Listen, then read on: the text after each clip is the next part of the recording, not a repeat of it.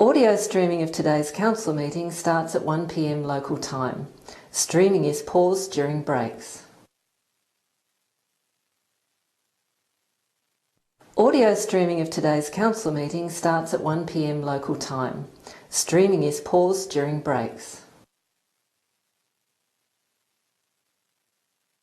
Audio streaming of today's council meeting starts at 1 p.m. local time. Streaming is paused during breaks. Audio streaming of today's council meeting starts at 1 p.m. local time. Streaming is paused during breaks. Audio streaming of today's council meeting starts at 1 p.m. local time. Streaming is paused during breaks. Audio streaming of today's council meeting starts at 1 p.m. local time. Streaming is paused during breaks. Audio streaming of today's council meeting starts at 1 p.m. local time. Streaming is paused during breaks. Audio streaming of today's council meeting starts at 1 p.m. local time. Streaming is paused during breaks. Audio streaming of today's council meeting starts at 1 p.m. local time. Streaming is paused during breaks. Audio streaming of today's council meeting starts at 1 p.m. local time. Streaming is paused during breaks. Audio streaming of today's council meeting starts at 1 p.m. local time. Streaming is paused during breaks. Audio streaming of today's council meeting starts at 1 p.m. local time. Streaming is paused during breaks. Audio streaming of today's council meeting starts at 1 p.m. local time. Streaming is paused during breaks. Audio streaming of today's council meeting starts at 1 p.m. local time. Streaming is paused during breaks. Audio streaming of today's council meeting starts at 1 p.m. local time. Streaming is paused during breaks. Audio streaming of today's council meeting starts at 1 p.m. local time. Streaming is paused during breaks. Audio streaming of today's council meeting starts at 1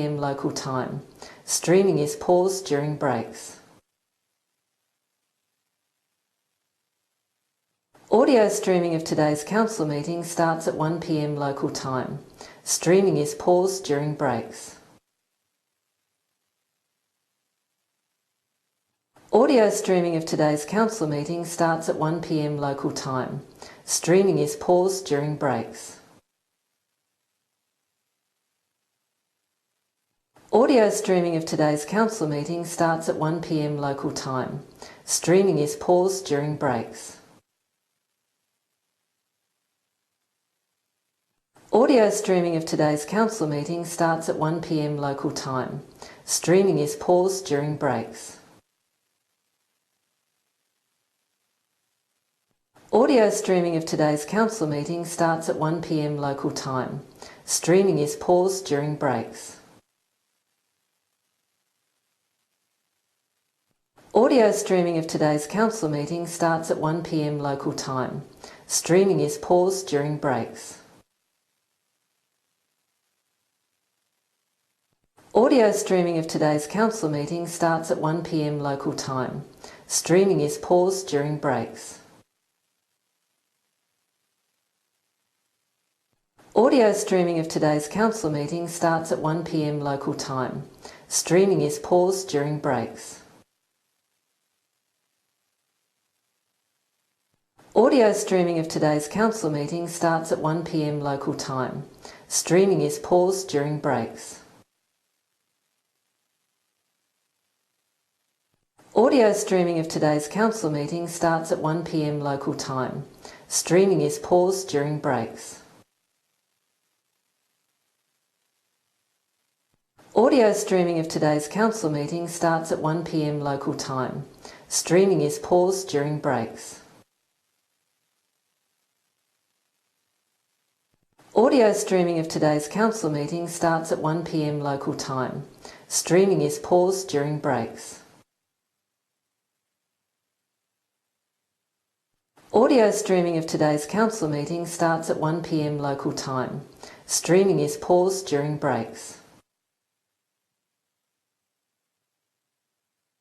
Audio streaming of today's council meeting starts at 1 p.m. local time. Streaming is paused during breaks. Audio streaming of today's council meeting starts at 1 p.m. local time. Streaming is paused during breaks.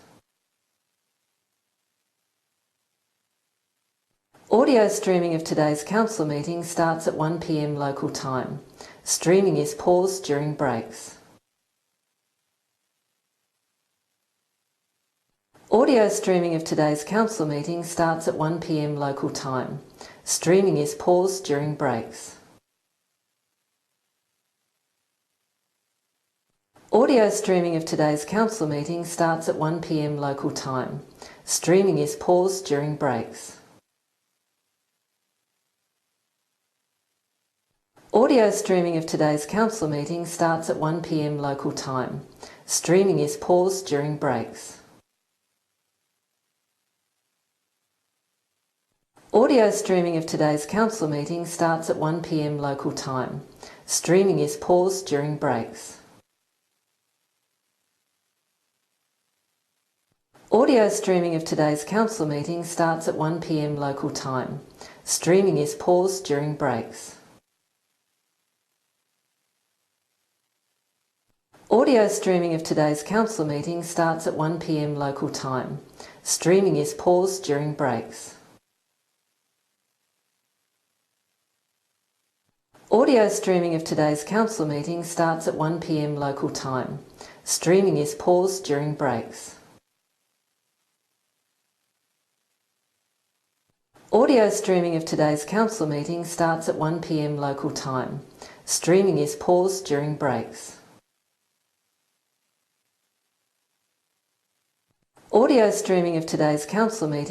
at 1 p.m. local time. Streaming is paused during breaks. Audio streaming of today's council meeting starts at 1 p.m. local time. Streaming is paused during breaks. Audio streaming of today's council meeting starts at 1 p.m. local time. Streaming is paused during breaks. Audio streaming of today's council meeting starts at 1 p.m. local time. Streaming is paused during breaks. Audio streaming of today's council meeting starts at 1 p.m. local time. Streaming is paused during breaks. Audio streaming of today's council meeting starts at 1 p.m. local time. Streaming is paused during breaks. Audio streaming of today's council meeting starts at 1 p.m. local time. Streaming is paused during breaks. Audio streaming of today's council meeting starts at 1 p.m. local time. Streaming is paused during breaks.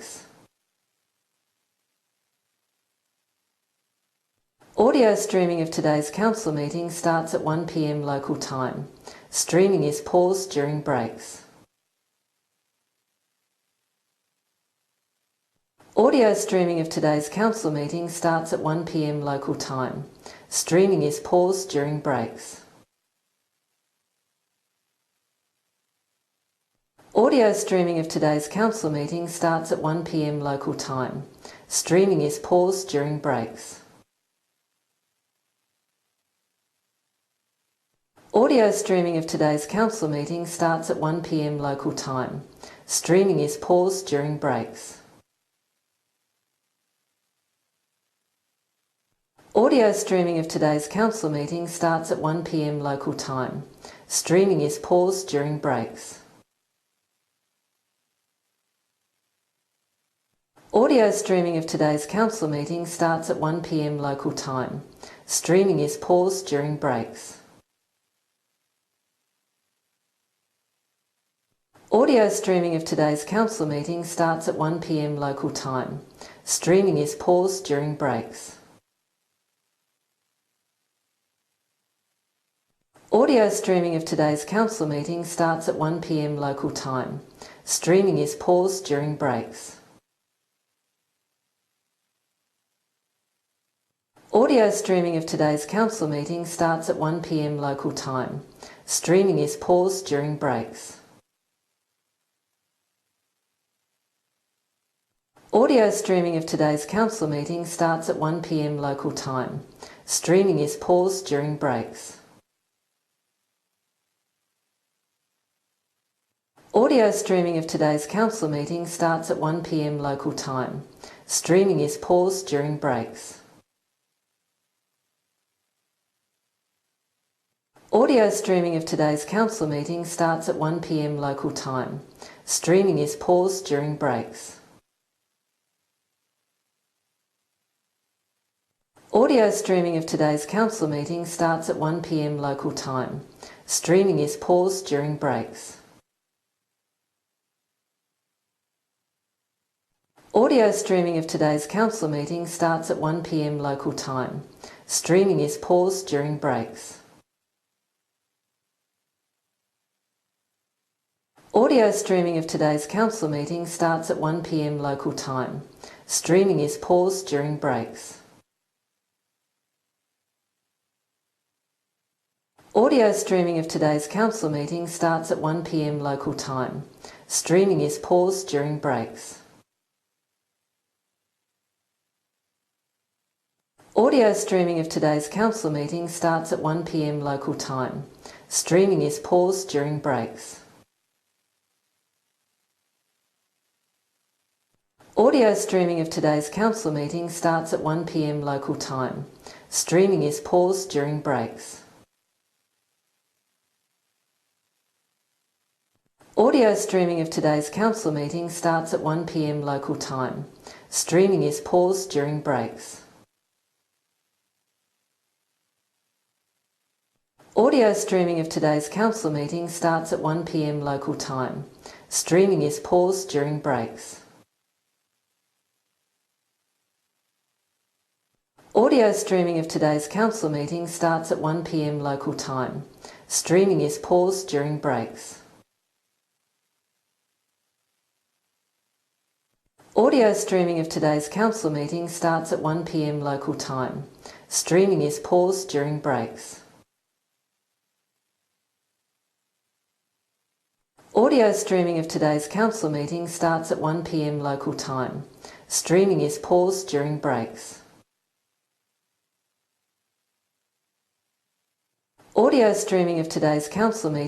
starts at 1 p.m. local time.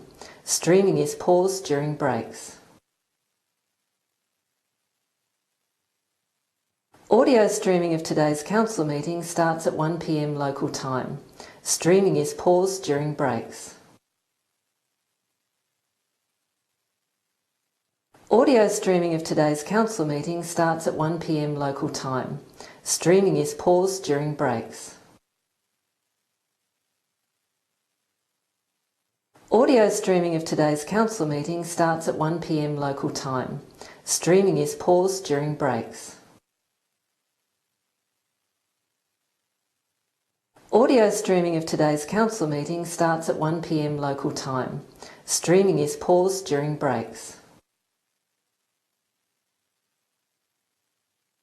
Audio streaming of today's council meeting starts at 1 p.m. local time. Streaming is paused during breaks.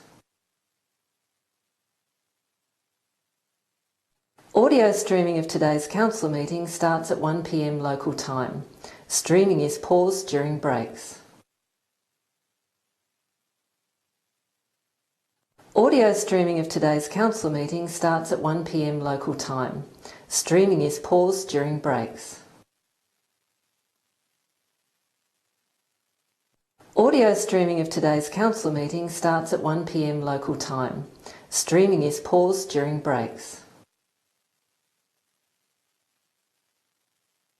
Audio streaming of today's council meeting starts at 1 p.m. local time. Streaming is paused during breaks. Audio streaming of today's council meeting starts at 1 p.m. local time. Streaming is paused during breaks. Audio streaming of today's council meeting starts at 1 p.m. local time. Streaming is paused during breaks. Audio streaming of today's council meeting starts at 1 p.m. local time. Streaming is paused during breaks. Audio streaming of today's council meeting starts at 1 p.m. local time. Streaming is paused during breaks. Audio streaming of today's council meeting starts at 1 p.m. local time. Streaming is paused during breaks. Audio streaming of today's council meeting starts at 1 p.m. local time. Streaming is paused during breaks. Audio streaming of today's council meeting starts at 1 p.m. local time. Streaming is paused during breaks.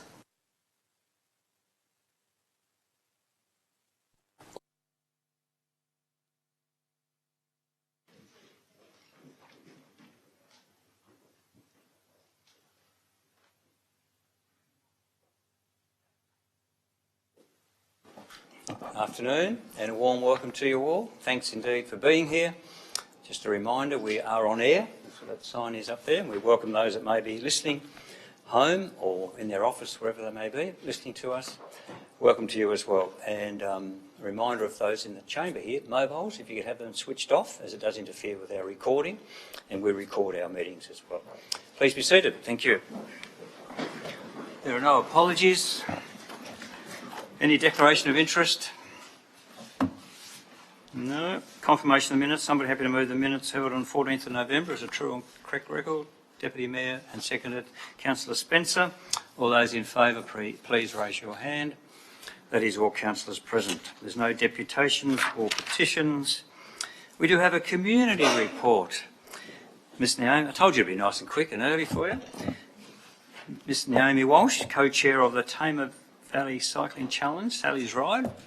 Go to the microphone there and... Hello, councillors and mayor. Thank you for having me along today to talk about Sally's Ride. We've got Sally's Ride coming up again, Sally's Ride and Tamar Valley Cycle Challenge coming up on this Sunday, 1st of December. So it's a good chance for us to give gratitude to council for their ongoing event support of this event. Rotary Club of Central Launceston have been hosting Sally's Ride for 11 years. And just a bit of history around that originally started in 2002 by Sally Fletcher to promote the mental health causes in our community. We have a number of sponsors that we use, including the event sponsorship for the running of the event, which then enables us to get support from the riders and pass that through to the charities doing work in the mental health and suicide prevention areas. Last year we were able to donate a car using a couple of years' proceeds to Cornerstone to help deliver their Headspace programs and other programs. And this year we've decided on a charity which is the Speak Up, Stay Chatty, which you're probably familiar with, which is the charity started by Mitch McPherson around his brother's unfortunate suicide and the work he's been doing there. So we've got 5 road rides, which is travels down through. Well, actually we've reversed this year, so we're travelling down the West Tamar, across the Batman Bridge, and back through the East Tamar. And we also have the community rides, which are the family ride and community ride, family being for the mums and dads and kids. And so our purpose in that is not so much around the fundraising, but also about getting the community out and active and exploring Launceston and all it's got to offer, particularly the off-road cycle pathways around Launceston. We have we estimate that about 100 volunteers assist us with the event. So that, in terms of the Rotary Club of Central Launceston, that's a big volunteer coordination event. It's not just our own volunteers, but it extends into other Rotary clubs and a number of community organisations, especially people like the group T-Bug, which do the support of the family and community ride to get the riders around and across those couple of roads safely. So, and to support them in their interest in cycling and hopefully create more cyclists in our community. So I'll just give a mention to the sponsors if I can. So we've been really fortunate. St Luke's Health have come on as our 10K sponsor this year, which has been really great because we really want to promote that particular event, which is the 10-kilometre off-road event.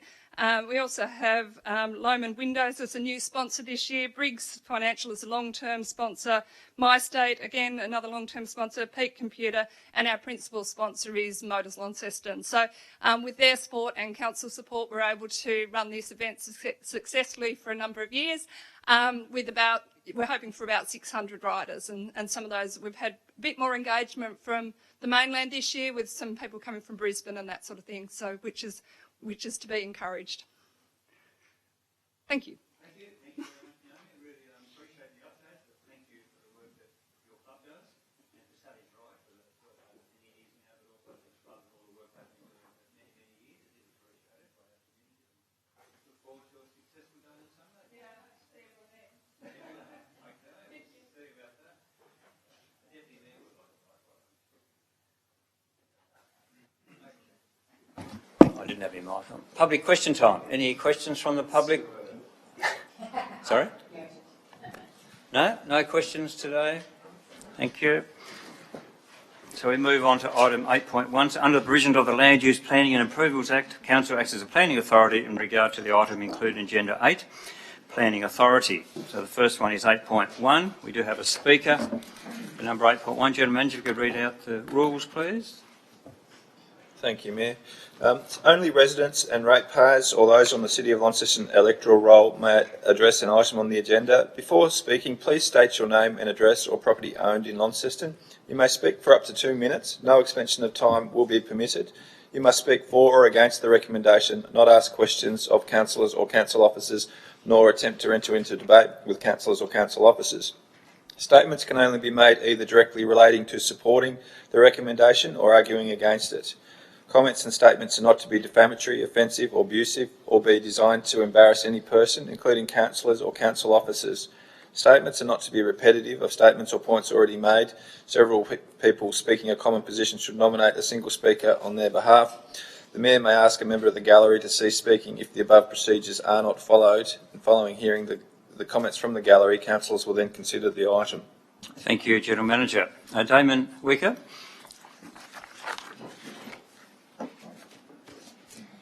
Good afternoon, Mayor and councillors. I'm just going to give you a very brief scenario of what we do and my version of, my reaction to the 3 objections.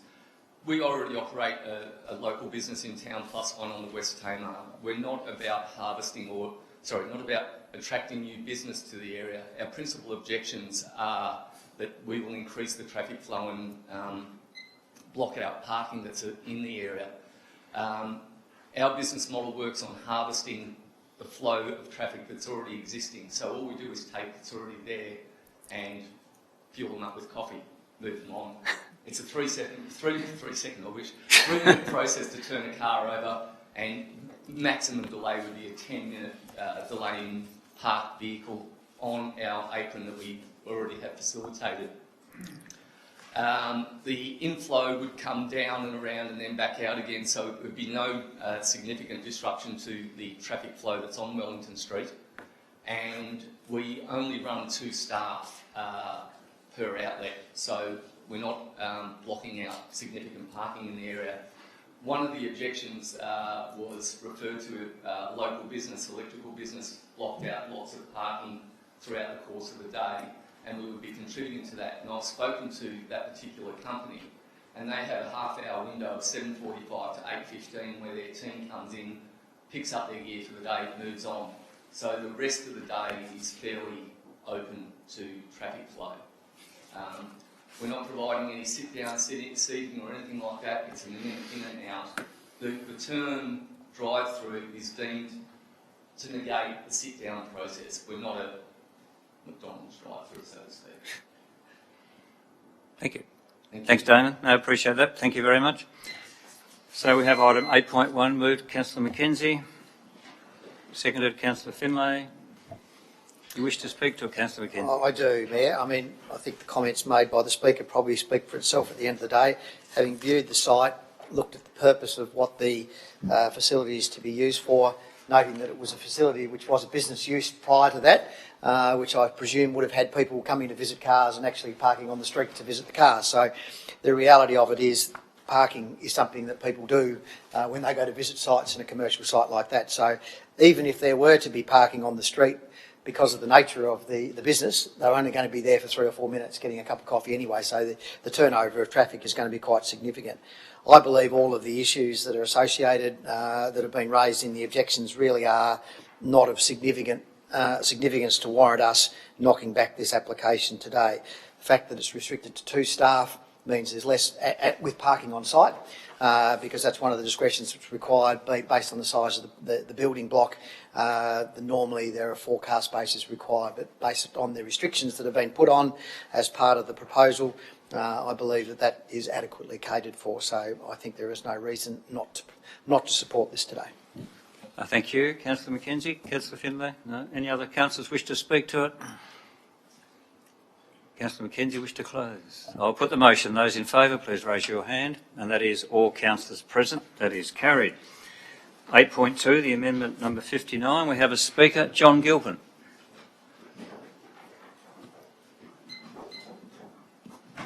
Thank you, Mayor and councillors, for the opportunity to speak to you. I'm aware that we only have the 2 minutes to speak. I'm the CEO of St Michael's Association and speaking on the affirmative to have this amendment approved. If the picture paints 1,000 words, and I think page 31 of your minutes on the southeast corner, there's a little space of land that the government has asked us to place a home on for a disabled Tasmanian, which we support. Unfortunately, our DA was declined on the basis that it didn't meet the planning scheme of 2015, the interim planning scheme. However, in 2014, on the same block of land only 10 metres away, we were able to put a unit. In 2010, we put 8 units only about 50 metres away from that particular building. The planning scheme, unfortunately, in 2015 in the amendment has got residential for aged care and a retirement village. It then looks to inadvertently have an error where it's discriminatory against Tasmanians living with a disability to be able to have a supported environment. So we're seeking that the words be added to the planning scheme that will allow a supported environment for those most vulnerable in the community that we can support with an independent living unit in a supported environment in the precinct of Newstead, as we've done before, and we seek the support of you to recommend the approval of the application for amendment to seek the insert residential use class to be amended to help assisting disabled Tasmanians. Thank you. You did it within your time, so well done. You may sit down again, so thank you. 8.2, somebody happy to move? Deputy Mayor. Councillor McKenzie. Deputy Mayor, wish to speak to it? Look, I think it's pretty self-explanatory. The text amendment as written and as expanded upon the Speaker speaks for itself. It's tidying up the scheme in terms of what we're operating under, and I think should be supported. Thank you. Councillor McKenzie. Yeah, just to add to that, I think no doubt there has been an adjustment made which has unfortunately caused the issue that's there. But I guess we note that this is actually a planning scheme amendment which is going out for 28 days. So if there are any people in the community who have an issue with it, we'll hear back in relation to it and then we can determine based on any further information at that time. Thank you. Any other speakers? Deputy, you wish to close? I'll put the motion. Those in favour, please raise your hand. That is all councillors present. That is carried. We now... Thank you. Councillor Finlay suggesting that we move item 18.4 forward, as we have a speaker for 18.4, the petition. So we now, Dean, if you'd like to come forward and speak. Thank you. Sorry? Mayor Van Zetten, distinguished crowd councillors, members. Oh, we're going to, sorry, wait, just Mike, gee, I'm not with it today. We just got to do a motion to say, all those happy with that it comes forward? So that was Councillor Finlay moved. And Deputy Mayor seconded. And it's all in favour? That's carried. Thank you. I apologise for that. Bit of procedural issues. Now, Dean, it's all yours. Mayor Van Zetten, distinguished councillors, members of the audience. Thank you. My name is Dean Pan, and today I'm proud to be representing Scotch Oakburn College's Waste Not, Want Not committee at this meeting. I'd firstly like to thank you for your time in considering our petition over the past weeks. A particular thank you must go to Council Officers Michael Attard and Rachel Eberhardt for their work in liaising with us to discuss the issues at hand and their unwavering professionalism and courtesy. Councillors, this is a perfect way to act on the declaration of a climate emergency in assisting Scotch Oakburn College in receiving FOGO bins. The benefits are threefold. For Scotch Oakburn, we'll receive FOGO bins that will improve our rubbish collection duties by providing to students other options for waste than the regular waste or recycling bins. For the council, they will get nutrient-rich organic material that's converted into mulch and used in council gardens, and also diverts waste from landfill, hence elongating their lifespan. And finally, our planet will benefit from the significant amount of food scraps not going to landfill and emitting the toxic greenhouse gas methane as a result. We are grateful to have gone through this process, which has highlighted the many positives of our democratic local government system. We can walk away having observed our democratic power and knowing our voices have been heard, and that our collective actions do have a difference on the future health of our world. We have an alliance now, we have hope, and we have fresh eyes. Let's stand together to do our bit to help the planet. Today, let's approve FOGO bins for Scotch Oakburn College. Every bit does and will count. Thank you on behalf of our entire school community for your courtesy and compassion in this agreement. Passion. Dean, well done. 18.4, somebody happy to move the motion? Councillor Finlay, seconded Deputy Mayor. Councillor Finlay, wish to speak to it? Thank you, Mayor. This is partway through the journey, as the students from Scotch Oakburn know, initially presenting it, asking the question if it was possible to put forward a petition, and then being here the day that it was tabled. I love the fact, if it can be passed on, that there's really positive comments about the officers. I think it's really positive to see school communities engaged with the local council. This is part of a process, so we're noting that discussions are happening and that there's some options, and the school council, the school executive will consider that and come back to us in what the decision will be made.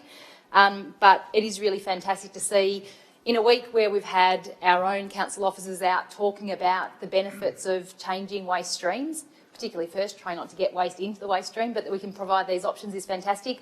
I think there's a twofold thing here. There's the positive reflection on the organisation, there's a positive reflection on Scotch Oakburn College, but also it's great to have Claudia in the room in terms of young people. It's great to see young people actively participating in the process. So really happy to be supporting this motion today. Thank you. Councillor Finlay. Deputy Mayor.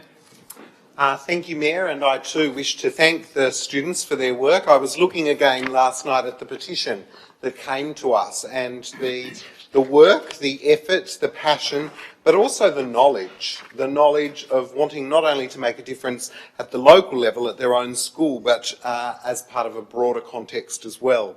I think that this petition will generate opportunities for other schools as well. The opportunities for other schools to have buy-in through the work of the students at Scotch Oakburn College, who've worked collaboratively, as you've heard, with council staff to identify options. And we know that the FOGO service has been remarkably uptaken in our community, and now as it continues to grow and expand into other parts of the city, including schools, here is an opportunity for us to reflect on the way that an opportunity such as this will come to, I feel sure, not only Scotch Oakburn College, but other schools as a result of their work. So congratulations to the students. I note, importantly, that the petition has been brought back to Council within the 42 days, which is always encouraging, and importantly, that there's opportunity for our community to grow and change as a result of the students' work. So with many of them already having finished school for the year, it's great to see them in the chamber today. And it's great to have them involved, not only on this particular matter, but in so many things that are having a greater impact in our community. Thank you, Deputy. Councillor Soward. Thanks, Mayor, and I'll echo the remarks of the two previous speakers and thank Scotch Oakburn for speaking and submitting their petition. A couple of things that I wanted to add. It is wonderful to see, by and large, a number of signatories to a petition of people who don't vote, in terms of often when things come to council, they're ratepayers or people over the age of 18. In this instance, Mr Mayor, it speaks volumes that we have a significant number of young people in our community who care and who want to embrace this wonderful service. And I think it's very relevant to note, and I know we've noted it before, but it does pay to highlight that when the FOGO process first started to roll out, the overwhelming acceptance of that by our community, exceeding all expectations, the hard work of Director Eberhardt and his team, and now we've got schools and young people wanting to be actively engaged in what is a really, really wonderful scheme. I know other councils, and particularly ratepayers, Mr Mayor, of other councils are very envious of the service that we have, and that's, again, testament to the hard work of our team in making it work. I think the other thing, as someone who's spent a little bit of time in schools, I think of the I use the word rubbish loosely, the rubbish that's generated. Schools are extremely busy, large places. So the fact that we've got a local school that's embraced this and doing what they're doing, I think, is a real yardstick for others to look at, to follow. And again, just a wonderful, wonderful story. So I thank the Scotch Oakburn community for their hard work and look forward to seeing it come to fruition. Thank you. Thank you, Councillor Soward. Councillor Mackenzie. Thanks, Mayor. I just want to add to that, and congratulations on the petition from Scotch Oakburn and the way we followed through. But to me, simply a matter, we signed up to a climate emergency some few months ago, and to me this is just living our values. Thank you. Any other speakers? Councillor Finlay, wish to close? Thank you, Mayor. It's great to see a positive response from the table and, as reinforced, it being really positive in the community on a lot of layers. I know that you're here representing your committee today, but to Dean and Bronte and Montana and Alicia, congratulations. Thank you for participating in the process and for being really good ambassadors for the young people in our community. Looking forward to the decision of the executive on which option that they'll choose and being able to have some positive feedback about I suppose, a non-contaminated implementation of really positive FOGO services in the school. Thanks. Congratulations. Thank you, Councillor Finlay. I'll put the motion. Those in favour, please raise your hand. And that is all councillors present. That is carried. Mayor's announcements. There's nothing that I need to add to Mayor, I think we've probably got a speaker here for 18.1, so maybe we should think to bring that forward as well. Well, yes. I'd like to move that. It's not on the list. There's no speaker on my list. So, did you still want to move it forward? No. Just check. Okay, we go on to councillor reports. Councillor Soward. Thanks, Mayor. Just flagging something very, very briefly. My memory's obviously, I'm getting old, my memory's not what it used to be, but I think in the 10 years I've been on council, I don't remember too many times that this city and this region and this state have hosted the World Championships of anything. I could be wrong, but this coming week, Mr Mayor, Tasmania will be the host of the World Fly Fishing Championships. And I know that this council last year worked with Mr Malcolm Cross and his team on supporting that event.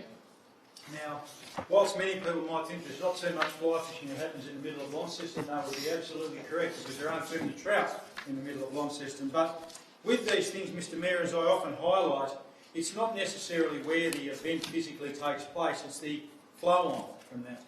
And looking through the notes here, there are 23 teams from around the world participating in the World Fly Fishing Championships, from as far afield as places like Mongolia, Slovakia, obviously there's an Australian team as well, but from all points of the compass. And the interesting part of this event is that these people don't just turn up on the day, do the competition and go home. A number of them have been here for weeks, some of them have been here for days, some others have been here for months.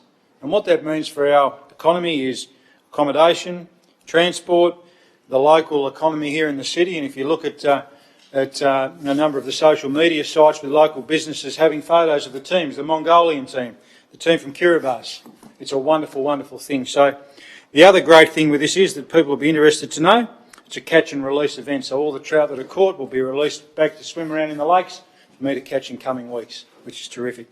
Wonderful event, great economic boost for our economy, and look forward to reporting back in future on how that goes. Thank you. Councillor Dawkins. Thank you, Mayor. On the 20th of November, along with Councillor Mackenzie, we attended the 30th birthday celebrations for Laurel House. What an incredible place that is. I mean, really, 30 years they've been delivering to 20,000 Northern Tasmanians who are survivors of sexual abuse. And what I learnt that night, which really rocked me, was that while other crime has decreased over that period, sexual assault has actually increased. And now, after the Royal Commission, there are a number of men coming forward to also use that service. So to remind us all that while we think that we're progressing and the world is in some ways becoming a better place, for those people who are victim to sexual assault, it's actually increasing. So they do an incredible job at Laurel House, and I hope we can all continue to support them. On a lighter note, this Friday is the Design Tasmania Gala Awards, 6:30 at the Centre. The awards celebrate the richness of the design profession in Tasmania, and I'd like to congratulate the 50 finalists who have made it through this year. Thank you. Thank you. Councillor Mackenzie, did you have your hand? Yep. I did accidentally, but I do have something to say. I just wanted to highlight last night we had the Launceston Airport stakeholder event at the QV Mag, and just really, I think, from the point of view, I know Councillor Gibson asked me a while ago about reports on one of our investments, and I think that, you know, pretty proud to be part of that organisation where we welcomed something like 1.4 million passengers into Launceston last year.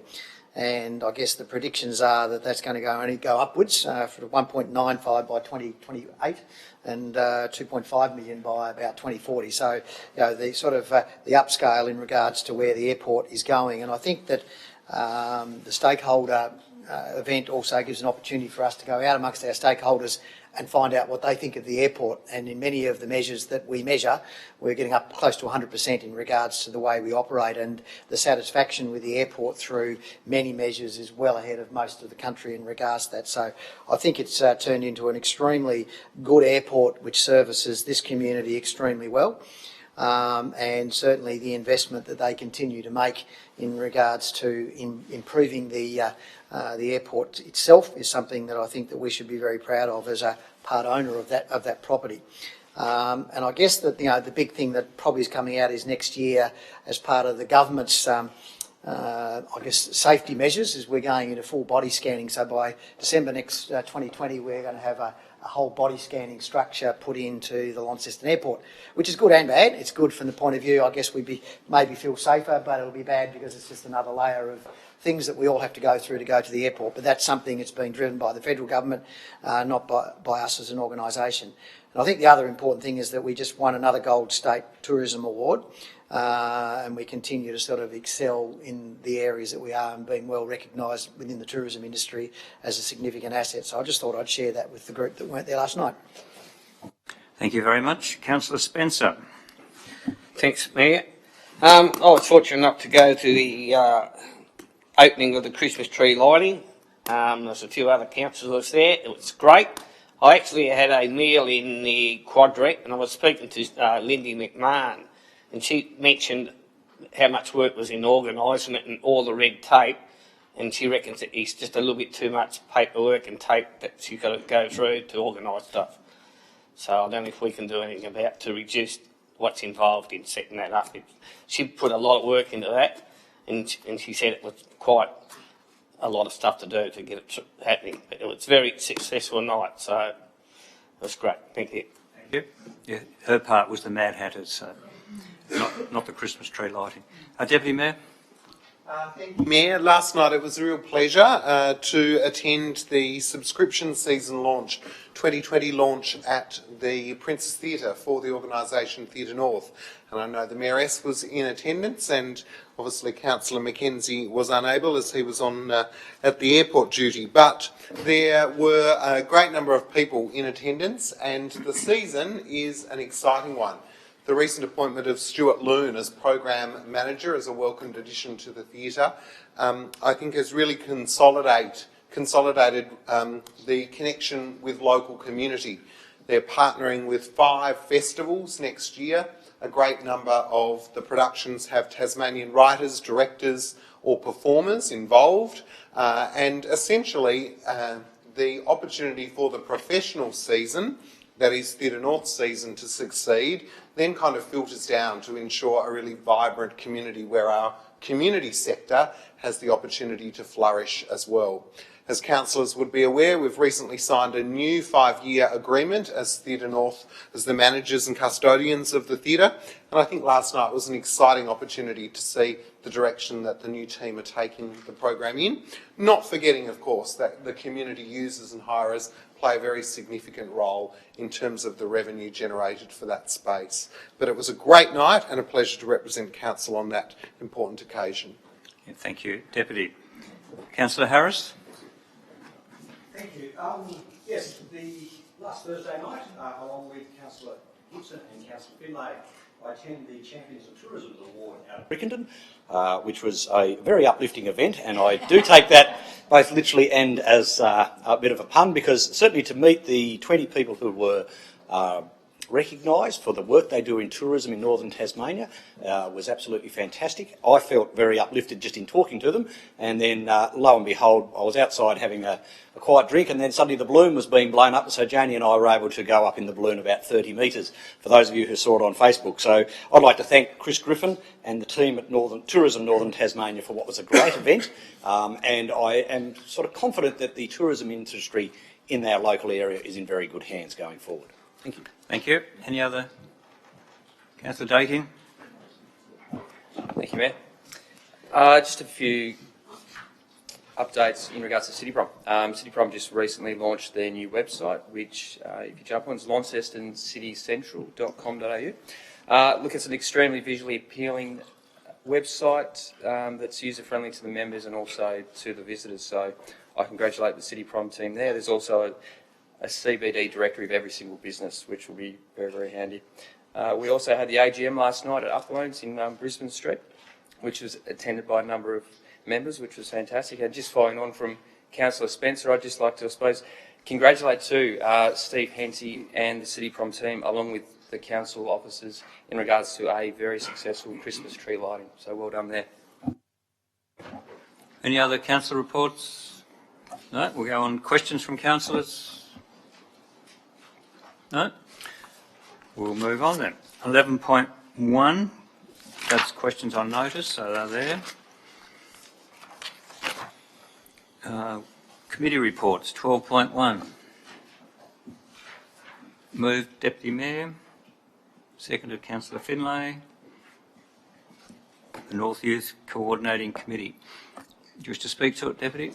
Just briefly, with regard to the Tasmanian Youth Week grants, I'm very excited to say that Claudia, together with other members of the committee and the input of YAG, have submitted a grant application for a stellar event at Riverbend Park next year for Youth Week. So we look forward, in anticipation of the funding panel, looking upon that very good application with good outcomes to come back. Thank you. Councillor Finlay. Any other councillors wish to speak? Councillor Mackenzie. It's probably slightly related, but I just wanted to acknowledge that one of our speakers last night was, one of our youth members last night was on the radio speaking about the schools banning of mobile phones for next year. So it was really good to see one of our youth people actually actioning and actually having a conversation in a public forum in regards to that. So that happens to be one of our youth advisory group members that was speaking last night, and she spoke very, very well. Thank you. No other speakers? Deputy Mayor, wish to close? I'll put the motion. Those in favour, please raise your hand. And that is all councillors present. 12.2, the audit panel meeting. Councillor Mackenzie. Councillor Finlay seconded. Councillor Mackenzie, wish to speak to it? It's just there for recording, I think, Mayor. A number of the issues that are actually dealt with in that item we actually dealt with at Council a fortnight ago, so I think it's just really there just explaining what we actually did during that audit committee meeting. Councillor Finlay. Any other councillor wish to speak? I'll put the motion. Those in favour, please raise your hand. And that is all councillors present. That is carried. 13.1, the workshop reports. Councillor Harris moved. Seconded. Councillor Mackenzie. Do you wish to speak to it, Councillor Harris? Councillor Mackenzie? Yeah, just want to acknowledge the work done by our staff in regards to those reviews that have been taken out on St Leonard's and Relby. I think they are a fantastic sort of environment for us to be working on, to be really planning ahead of the scheme in regards to what we're doing. So I really just wanted to publicly thank them for the work that they've done on that. Thank you. Deputy Mayor? Just briefly, and probably drawing a slightly long bow, but I wanted to recognise the Tomorrow Together, a program of events that our council staff have put together over the last 2 weeks with regard to the forums that have been happening, presentations that have been happening at Macquarie House. I've heard very good feedback with regard to not only the way the space is being used for such events, but the depth and detail of preparation and knowledge that has been shared from our staff and obviously from the university in terms of those presentations. So our staff are to be congratulated, and Megan Brown and her leadership of collaborating and coordinating that program. Perhaps this will become a regular thing that we do in terms of engaging with our community and showcasing and sharing lots of the great things that staff are up to. Thank you, Deputy. Any other speakers? Councillor Harris wish to close? I'll put the motion. Those in favour, please raise your hand. And that is all councillors present. That is carried. So we move on to 15.1. And that is the delegation from Council. Councillor Finlay moving. Is there a seconder? Deputy Mayor, thank you. Do you wish to speak to it, Deputy Mayor? I think it's important because if you're a follower of the council agendas, you might see that this has appeared before. So in terms of the item, there's in fact no change. There's just a hope, I guess, that the clarity around the table will be that everyone is able to note what it is that we're doing, and that the mover and the seconder can be recorded appropriately. Thank you. Any other speakers? Councillor Finlay wish to close? I'll put the motion. Those in favour, please raise your hand. And that is all councillors present. That is carried. So 15.2, revised entry of the Cataract Gorge Reserve. Councillor Mackenzie moved. Seconded, Councillor Walker. Do you wish to speak to Councillor Mackenzie?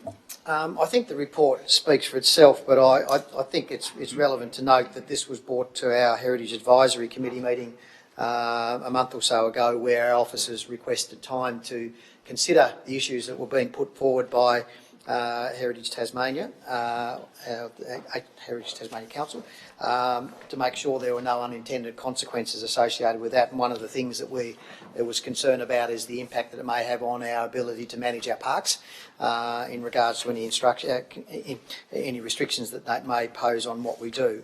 And I think that clearly from the conversation or the report that's there, we've arrived at a place where we're comfortable that our ability to manage our reserves and things like that in a way appropriate will not impact across that by the heritage listing there.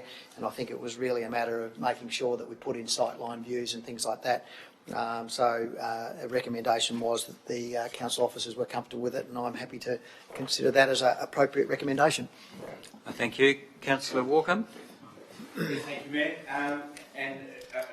Along with Councillor Mackenzie speaks about this being presented to the Heritage Committee, it was also presented to the Cataract Gorge Advisory Committee, and a similar process was undertaken there. I suppose it's important to note that, of course, the Cataract Gorge area already did have a listing. This is a revised listing that has gone through quite a process, and most recently that process did involve amending the listing to include a slightly larger area, including visible ridgelines from the gorge proper. But I'm certainly just rising to commend the Heritage Council for the process that they've gone through. I know there's been some thought that this may have something to do with any other interests that are taking place in that area. But I'm assured by the Heritage Council that this is a process that's been in train for quite a long time, if not at least a couple of years. And of course it's an area that's very important for Launceston and the people of Launceston, and so I do commend the Heritage Council in pursuing the protection and the recognition of the heritage in the area. Thank you. Thank you. Any other speakers? Councillor Finlay? Thanks, Mayor. I was going to speak just quickly, and I think it was important because when we had the workshop last week, it was raised, as Councillor Walker has just raised then.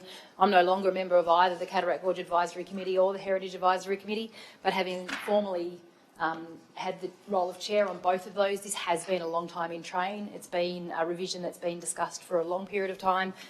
There is obviously a correlation at the moment in terms of different conversations in the community, but it is one of the most significant and loved spaces in northern Tasmania, not just in Launceston. It deserves the revision of the entry. It allows us to protect across for all sorts of reasons those increased view sheds, or the where the increased areas are, they change the way that actually falls out. It was really positive to have a 3D representation of that in the workshop last week, to be really clear about that. And so this is an improvement. It continues to protect the space that's most loved by northern Tasmanians, so it's a positive recommendation and shift. Thank you. Any other speakers? Councillor Mackenzie, wish to close? I'll put the motion. Those in favour, please raise your hand. And that is all councillors present. That is carried. Now move on to 18.1, which is the unsolicited proposals to develop council-owned property, high-level procedure. Moved, Councillor Soward. Seconded, Councillor Finlay. Councillor Soward, wish to speak? Thanks, Mr Mayor. I'm going to start in speaking to this one by highlighting what's in our papers on page 67 when it talks about the objectives of such a policy. So it talks about in the objectives section in our papers to provide an open, easily understood and consistent process for council to assess unsolicited proposals to develop on council property that allows council to respond fairly to ideas, respects community values and future expectations, identifies the highest and best use of the land under consideration, and does not advantage one business over any others. So with those remarks at hand, I guess for the benefit of those listening and in the room who might be wondering, the reason we've developed this is the fact that up until now there hasn't been, if you like, a formal, transparent process around this. And as it continues in our papers, what has happened in the past is that unsolicited proposals often come through a variety of channels. So, for instance, they might be things that developers or proponents raise with the mayor or councillors. They might be something that we get up one morning and it's in the local media that this is going to be a great idea on council-owned land, or a direct approach to council staff or council managers. So once all that happens, as has happened in the past, it would then end up with the general manager, and then, as it explains in our papers, a process would be worked through.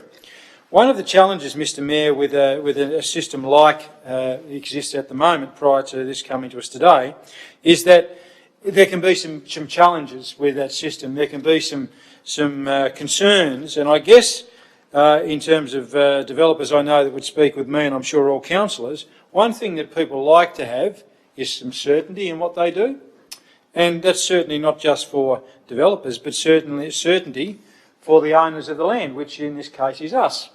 And I take that even further, Mr Mayor, as the council owns the land. I mean, the council is obviously an entity that represents the many thousands of residents and ratepayers in the city. So the decisions we need to make are obviously really, really important ones. So in saying that, it's also important, Mr Mayor, to note, I should say, I've said what the proposal in front of us today at item 18.1 does, but it's also important to say what it doesn't do. And what it doesn't do is it does not replace, I'm reading from the papers on page 68, it does not replace or influence the statutory assessment of a development application. It does not do that. It's very, very important to note that.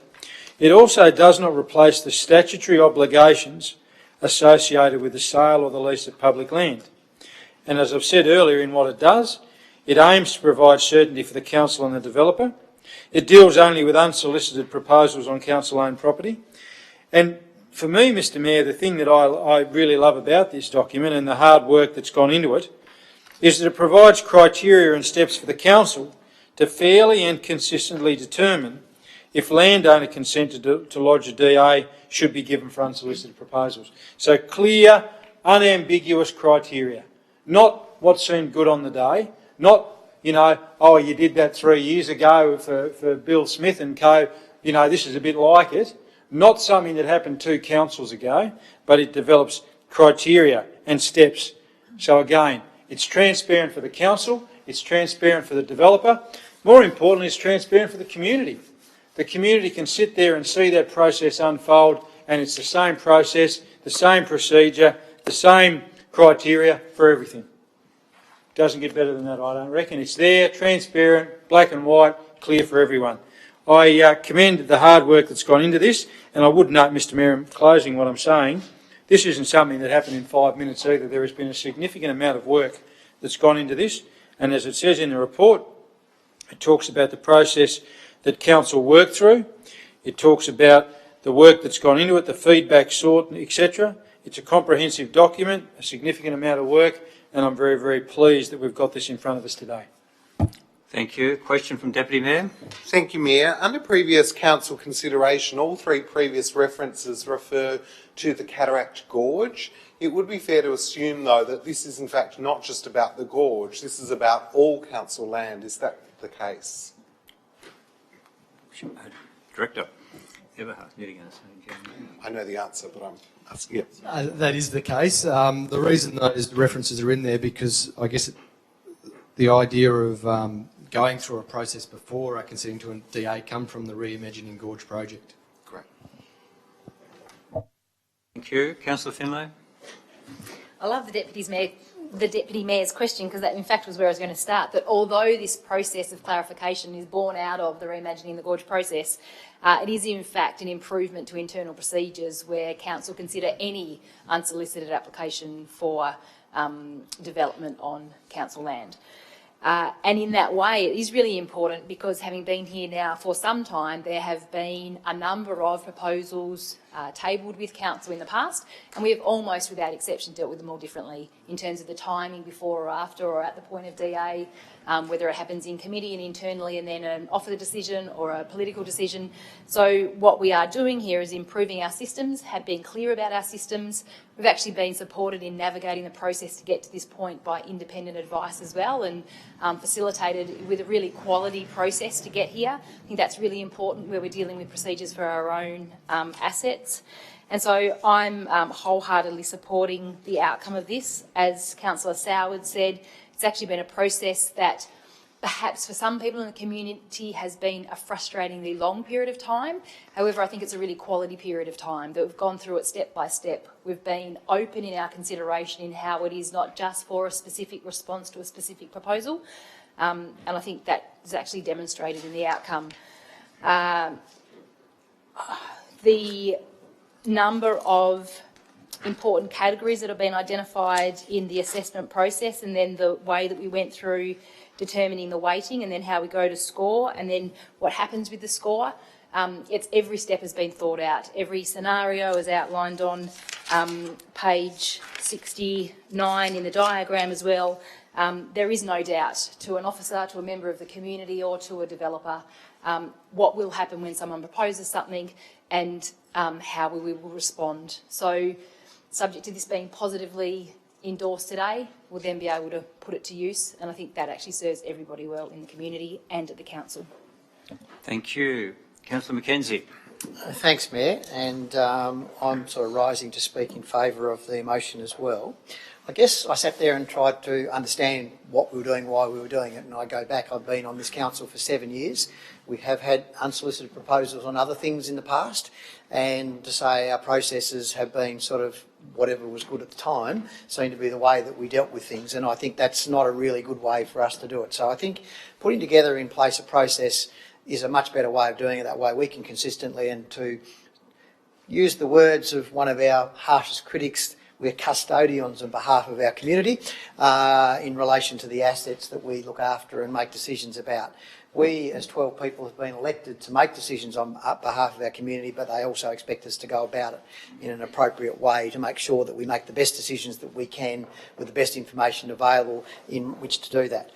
I think this process affords us the ability to do that. This is a process that didn't come out last night and we put it up on a piece of paper. This is something that we've worked through with some assistance from expert assistance from outside. We've challenged it, we've changed it, and we've come up with what we've got here today for us to consider approving. So I think that it's no secret that we've got to there. I mean, there was, we've received some correspondence to make us question whether this is the right way to go about it. And I guess the fact is we do have two processes that we need to be looking at or potentially looking at in relation to an unsolicited proposal. Firstly, landowner consent. Second, if we give it, what happens with the DA? I think the two can be quite easily separated because we're sitting there, first of all, saying that we want this or we don't want this. So it can be dead in the water if we don't want it. We decide that is where we don't want to go through a process, but we could do that by gut feel. Don't like it. And that could be a rational way to do it. This actually gives us a process to weight various criteria in making those decisions, and I think that all helps us all go through a process which is similar. We might think about things differently under each of the criteria, but we'll still at least consider the criteria that we want to use to make decisions about whether we take the land forward for further proposal. I don't believe it clouds or should cloud one's judgment in regards to the DA. The DA is a process which is set up under the planning scheme. The planning scheme has a series of things that they need to go through, and I guess those of us that have been here for a while understand the vagaries of that scheme and the decisions we have to make going through there. There are specific things that they have to do. There are certain discretions that are allowed to be put forward, and they are the things under the planning scheme that we usually have to deal with, is where the discretions have been applied, and we then have to determine whether we're satisfied that those discretions are applied. So I see that as a completely separate process to this, and even if I didn't agree with this and the greater good said that we were going to it, I would reset my thinking and go through the DA process on the basis of what was put in front of me for the DA at that point in time. So I'm quite comfortable to be able to take the two different things and put them in separate piles. This is a process that is helping us as a group of 12 people have a rational way about going about making a decision whether we should or shouldn't do something, or we should or shouldn't put something to our community to consider. So on that basis, I am comfortable for us to pursue this as a good process to do it. And if we find as we go through this process something doesn't work, then we'll come back and fix it. Thank you. Any other speakers? Councillor Dawkins? Thank you. I would also like to support this, but I would like to say how proud I am that the highest rating is to recognise and respond to Aboriginal cultural values, heritage and natural environment significance. To me, I think that just shows how far City of Launceston councillors have come to recognise the importance, unwavering importance of these elements, because there was a time where we would skim past this and look deeply at the commercial interest. But no longer. We now can see that the value of especially Aboriginal cultural heritage is something we'll never get again. So we must always, in every opportunity we get, make sure that we value something that is undeniably important to the entire planet, and make sure that it is the highest order when we consider development in places of Aboriginal cultural heritage. Thank you. Councillor Walker? Yes, thank you, Mayor. And to follow on from Councillor Dawkins, I too wholeheartedly support the notion that on top of that list is the recognition of heritage, whether it be Aboriginal or our environmental or cultural heritage. Of course, there's going to be pressures on public land by commercial interests, and it's not specifically one area or another. In fact, it's all across Tasmania. This is something that councils are having to deal with, whether it's up in the Highlands, whether it's down in Hobart. I'm very proud that Launceston City Council has stepped forward and preempted some of that debate that is going on in the community, and hopefully led the way forward for other councils to do similar things. And the reason that that's important is that we need a process here. It's something that perhaps we haven't needed in the past. There hasn't been such a pressure, and it's not just tourism. It can also be something like the University of Tasmania moving to land that was previously looked after by the council, in the ownership of the council. So we need a process, we need certainty, businesses need certainty, as Councillor Soward said, but that certainty comes with privately held land. You can't expect the same certainty or the same conditions to apply to land that people rightly feel belongs to them. Of course it belongs to the council, but the community at large feels that it belongs to them, and we should be encouraging that ownership as well, promoting that ownership wherever possible. Of course, tourists love it as well. That's a great thing, but I would never like to see what happens in some places where it becomes a tourist destination at the expense of people locally who previously seen it as part of their own community and their own culture, including, of course, our Aboriginal community. So, yes, of course, it's important that we have this process and that we have it in the public purview as well, that we create that transparency around the process. It's too important. There's too much vested interest for there not to be that full transparency in the process. Why do we have land as a council? I mean, we could look at it and say, well, we're not in the business of managing land. We can step away from that. But that is something that's vested in us by the community. In fact, when we talk about somewhere such as the Gorge, other areas around town, sometimes that land's been donated to us and given to us to look after on behalf of the community. So all over Tasmania, these questions are being asked, and I think as we see the increased development in tourism and also the increased development in our infrastructure, these questions will become harder and harder to answer. So I do commend the council and the council officers in pursuing this process. Thank you, Mayor. Any other speakers? Councillor Dakin. Thank you, Mayor. I, like my other councillors, stand to support this motion. It's great that we now have a framework and a structure. It's extremely useful to new councillors like myself. I'm going to assume there are other new councillors around the table. They're all nodding. It keeps us accountable, not just as individuals, but as a group, as the other councillors have explained. Essentially, I see this as the ultimate planning and development issues and applications we will face. We need to get it right. We need to get it right every time, and I think this framework is a great start for making sure that we do make the right decisions for the city and the community. Thank you. Any other speakers? Deputy Mayor.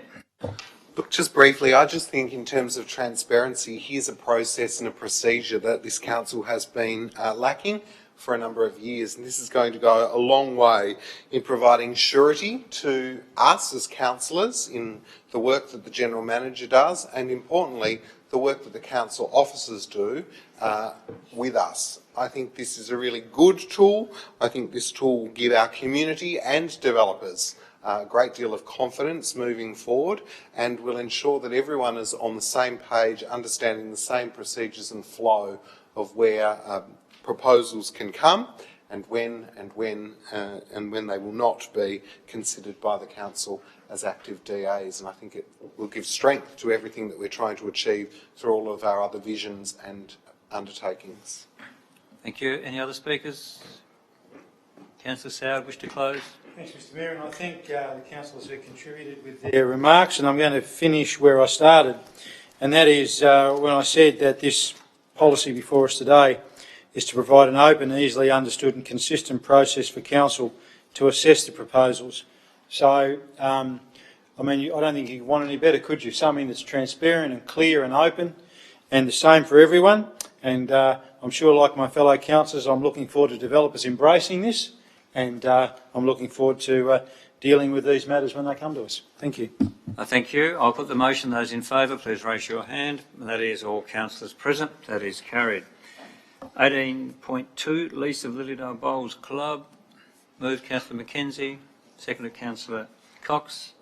Do you wish to speak to it, Councillor Mackenzie? Only to say it's consistent with our policy and processes. Councillor Cox.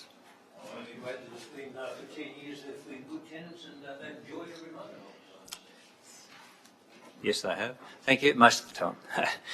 Any other speakers? Can I put the motion? Those in favour, please raise your hand, and that is all councillors present. 18.3, adoption of the Stormwater System Management Plan. Move Councillor McKenzie, seconded Councillor Soward. Do you wish to speak to it, Councillor McKenzie?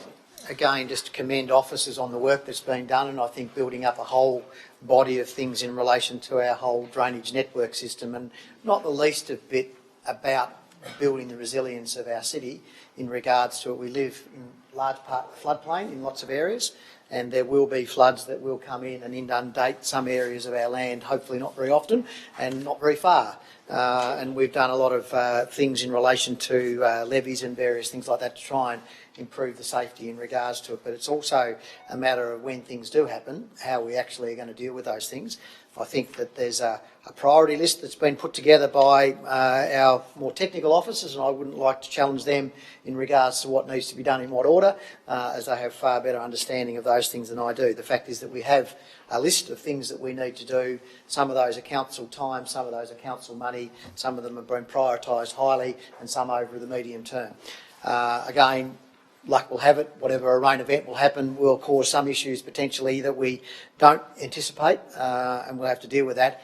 And by being a resilient community and actually teaching our people how to deal with that, I think is a really important part of it. So I'd endorse the strategy that's been put forward. Thank you. Councillor Soward. I'll just echo Councillor McKenzie's comments, but also acknowledge the hard work of Director Eberhardt's team on this one. Just a couple of things I wanted to highlight, which again, I think we should always highlight. I think people don't always understand the complexity of this one. When you look at on page 84, the City of Launceston has an extensive urban stormwater system, including 440 kilometres of stormwater pipe. 440 kilometres of stormwater pipe. And approximately 16,000 stormwater nodes, manholes, gully pits and side entry pits. Approximately 37 kilometres of natural waterways form an integral part of the stormwater network.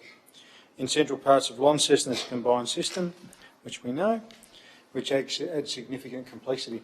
Mr Mayor, the volume of that network is one, again, you know, I don't want to labour the point, but I mean, that is significant. That is significant. So it's a huge task and a huge challenge. The thing also that I'll highlight, which reflects great credit on our staff, to many people out there who just look at rainfall and floods and bits and pieces, you know, in this report it spells out the challenges for both the urban area and also Lilydale in terms of the things that cause challenges. And I think that if you identify what causes challenges, that plays a big part in helping you deal with those challenges. So some significant work there. Congratulations to those involved, and I'm really happy to second the motion today. Thank you. Any other speakers? Councillor Finlay. Thanks, Mayor. It was interesting to read through the plan.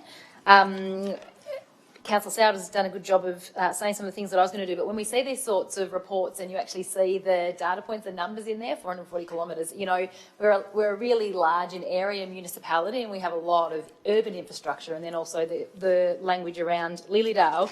But it made complete sense in terms of how it was broken down. It was really well laid out. Looking forward to seeing, you know, how it all rolls out and getting the feedback as we go through it. But one of the reasons why I chose to speak to this one particularly is that former alderman at the time, who now officer, Emma Williams, this is actually a really good example of when we read a report, it's brought to us for a reason. We're responding to a requirement to do something. It makes sense. It informs us. It lets us know what the priorities are for the officers and what we're doing in the community. We talked about in flooding generally around resilience in the community. I know this is just stormwater, but again, it basically says that this is all about ensuring that the community is most resilient in this, and that's why we're going through the processes. But what I love about the report is that on page 92 and 93, it outlines the economic impact, the environmental impact, the social impact, and all the strategic references. And I remember the day that Emma used to stand up all the time and talk about those that were never filled in reports. We'd have these big reports, there'd be all these things, but would never actually recognise the importance of why. And they were the bits that I loved reading about the report as well, because it's really important. So thanks for the work you're doing. It's really important. It's one part of so many things we do really, really well. Often when we're required to do these things, we're doing it and we're aware of it anyway, but to formalise it, not too dissimilar to the previous items, is really important. So thanks for the work you've been doing. Thank you. Any other speakers? Councillor Mackenzie wish to... did you want a deputy? Oh, no, sorry. Councillor Mackenzie wish to close? I'll put the motion. Those in favour, please raise your hand. And that is all councillors present. That is carried. We'll now close the meeting. Thank you all very much. Now, just so you know, Linda came to me as well. What her frustration was that she's talking to different people. Now I'm assuming